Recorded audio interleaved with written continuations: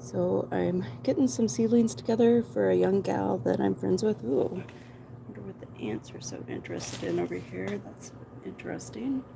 Hmm. But yeah, the cauliflower didn't really transplant very well, so I have a bunch of seedlings in here coming up.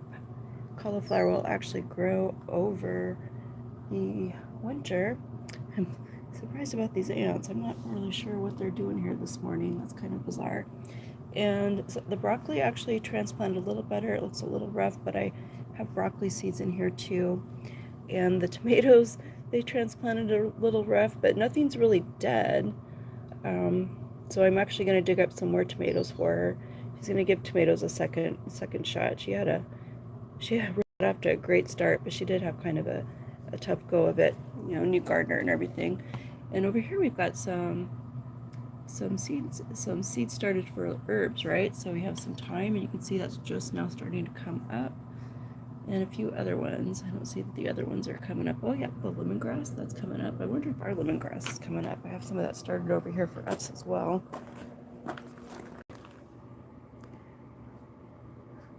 I guess only time will tell. It got a little flooded in here last night with I mean, not really flooded, but got pretty wet out here with all the rain. So anyway, the garden's pretty happy out here.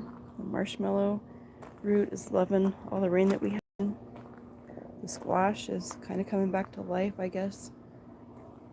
Especially the squash over here in the garden. You can see we've got some little tomatoes out here too. Horseradish.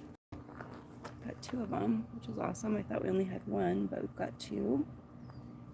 And over here, let's see how our tomatoes are doing. These things, they made it. Next year, I'm going to plant these tomatoes probably in this bed right here so that I have enough dirt to put a cage in with all of them to help give them some support, right? I didn't really have enough dirt to put anything that was standalone, that would stand up standalone in this garden bed. So, but they're hanging in there. They're falling over, but they're making tomatoes. Got one right there. I bagged these two. Oh, there's a ripe one right there. I should probably use that maybe tonight in our salad. Got to eat them before the critters do, right? And back in the back, there's some comfrey back here. Let's see if I can zoom in enough. It's hard to do. See those big green leaves? That's comfrey. That's something that I really wanted to grow, and I tried growing it in a different area of the garden. It didn't work, but the reason I want to grow that is good for your bones. You can put that in a salve or a liniment or oil, and I was wanting to infuse oil with comfrey, and I'm thinking that might be good for arthritis. I don't know for sure. The one sunflower that's still alive in this bed here. Wow. Most everything in this bed did not thrive because of the heat, but I've put some mullein over here, baby mullein. That stuff seems to do really good with the heat, and we've got a few carrot seeds coming up. And this was in the Trader Joe wildflower mix. I'm not really sure what it is, but it looks like it's going to make flowers, so that's awesome. Little basil over here. And this is the happy story. They're not quite ripe yet, the pomegranates. We tried the pomegranates, but they didn't split this year, so we're actually going to have several pomegranates we get to enjoy, which is wonderful because pomegranates are good. Last year when we had a week of 120, they all split, and that was so disappointing. So the only thing that ate the pomegranates last year were the critters. They tag teamed them. I think the rats ripped them open, and the birds finished off what the rats didn't get. It was pretty frustrating. Over here, we transplanted our celery into this garden bed. This garden bed really doesn't get any sun, so it's going to have to be stuff that doesn't need sun, right? This almond tree we cut back so that this pomegranate can get some light, because we've had more success with pomegranates than we have almonds, and I'm hoping to graft plum onto this almond rootstock. I feel like I might have better luck with plum. This is a really healthy rootstock. It's definitely handled the heat really well. Look, there's an almond there. We are getting a few almonds. The quail literally ripped most of the almonds off this tree. That was very frustrating. Ooh, the green bean seeds are starting to germinate. That's awesome. Rain does the garden good. There's actually quite a few of them. So I have to make sure those don't dry out. The holdout zucchini, that's not going to do anything. I just don't think zucchini is very happy in this yard. We've got some carrot seeds coming up, a little tomato over there, some catnip, some yarrow. And this is the cool thing right here. We have quite a few lemons setting on in this tree. We briefly had a little bit of brown rot fungus on a couple of these lemons, but I treated it and the problem was solved. So yay for lemons. And weirdly, some of them are trying to turn yellow already. I'm not really sure why that is, but it is what it is. Over here is our mandarin rootstock that we succeeded in getting one lemon graft on. And I'm not letting this get out of hand because it was a lot of work cutting this thing back. But we do let a little growth happen here to keep the sap flowing in the wood, because that's supposed to make a difference with the grafting rate, because we're going to graft this again pretty soon, actually. And our grapefruit is doing really well. We're only getting 2 grapefruits this year.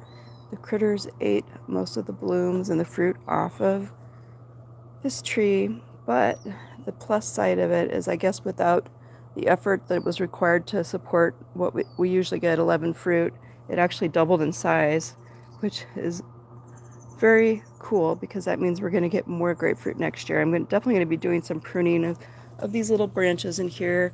That's one thing that's important with citrus, is pruning. And I want to try to graft some of this new growth as well onto this tree. Thinking probably lemon and grapefruit. I was watching I've watched actually a lot of things about grafting, and they actually recommend 2 varieties for a tree, 2 or 3. I mean, so perhaps I could try kumquat as well, but I definitely want to graft more lemon because we can eat a lot of lemons. And our Anna apple is doing really well. Gave us a lot of apples this year, even with the critters. Definitely have to net your fruit trees here because everything's hungry in the desert. But this tree looks pretty darn healthy. It's does really well in the heat. Got a little broken branch here from the wind. It's okay. A little pruning from nature. And I'd like to graft this Anna apple onto this delicious apple. This delicious apple tried to fruit this year, but something was eating the blooms off of it.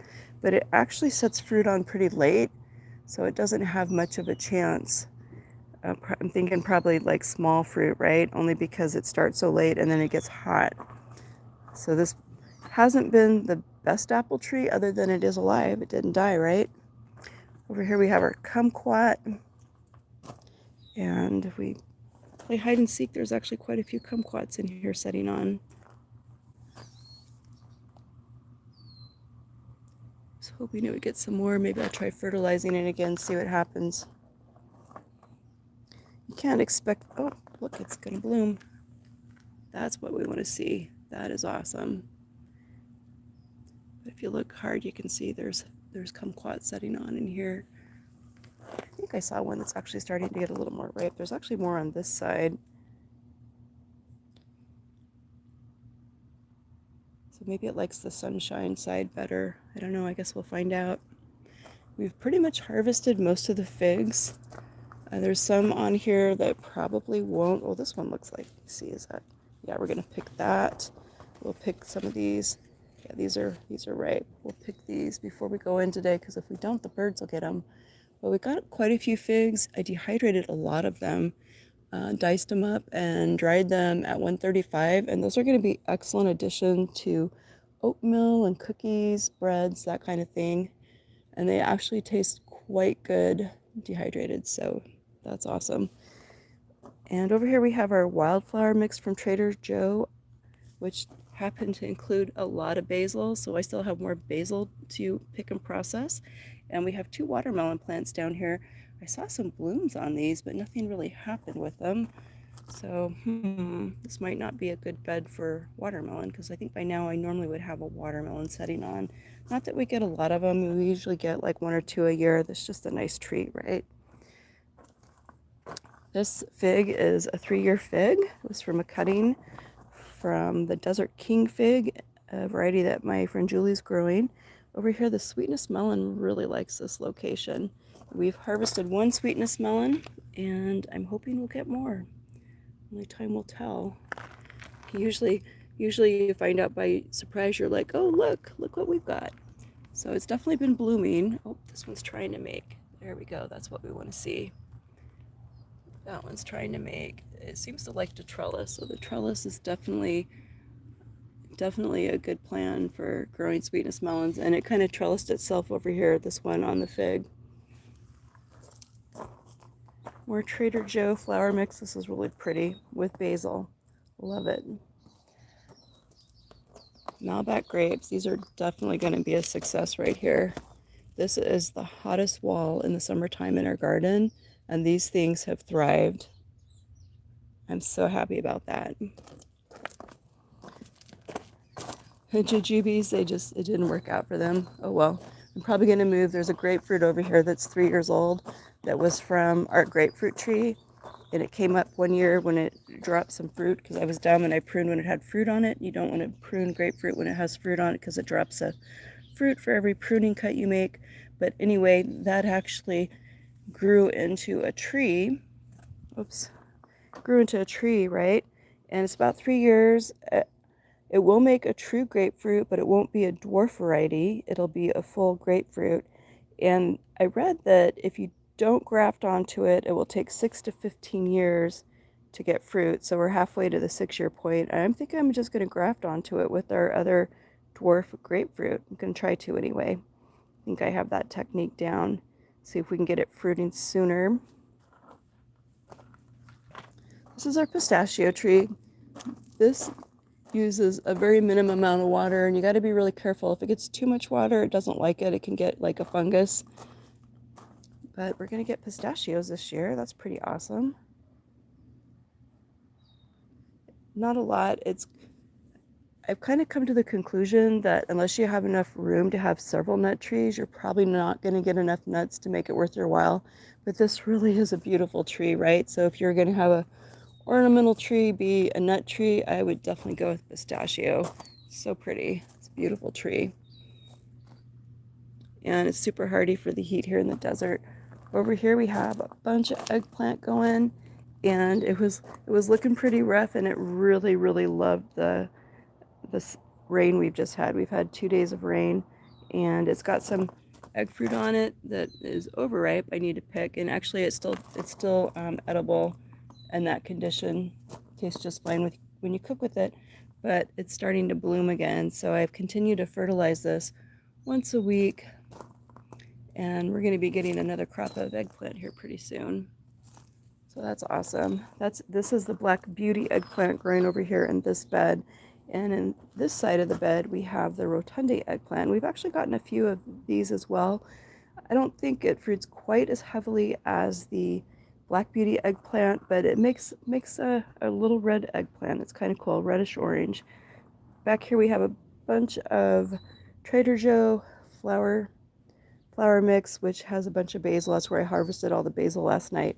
And this is where I put a bunch of tomatoes too. And I'm probably going to dig some more of these tomatoes up to give to my friend Sierra when she comes Friday. Lemon balm reseeded over there. Whoops, reseeded over there. That's pretty awesome. And we have a very healthy, happy cucumber going over here. It's actually a couple of different cucumbers.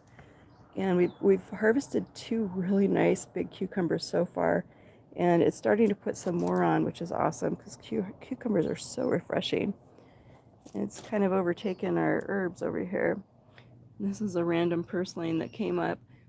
Last year, before we did this grow room, we had hanging containers here that had eggplants, and at the bottom we had different herbs, which included purslane, which is a weed that tastes like spinach, superfood actually, and it reseeded itself. In here in the grow room, everything recovered from getting excessively wet. And I think we're going to turn the bubblers back on once a day for now. My husband's replacing the really horrible bubblers that we got from Amazon with regular bubblers from Lowe's and regular bubbler tubing. And so far he's done 4 trays. It's been a really busy week for him. I ran the original bubbler system.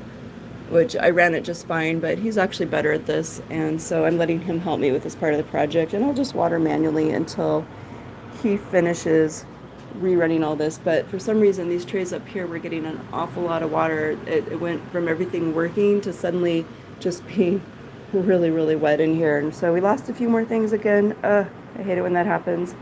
But you know what? You live and learn and grow, right? And you keep on keeping on. So we've got some tomatoes.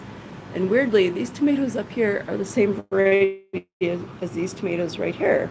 They should not be getting that tall and leggy, but they are. And as long as they make tomatoes for us, I guess we don't care, right? Peppers love this space. We've got peppers there, peppers up here, and we're actually getting a couple of peppers. Here's one right here you can see, which is thrilled about. And over here, these are going to go outside. This is going to be part of our winter garden. We have some cabbage coming up over here, and some broccoli and some cauliflower.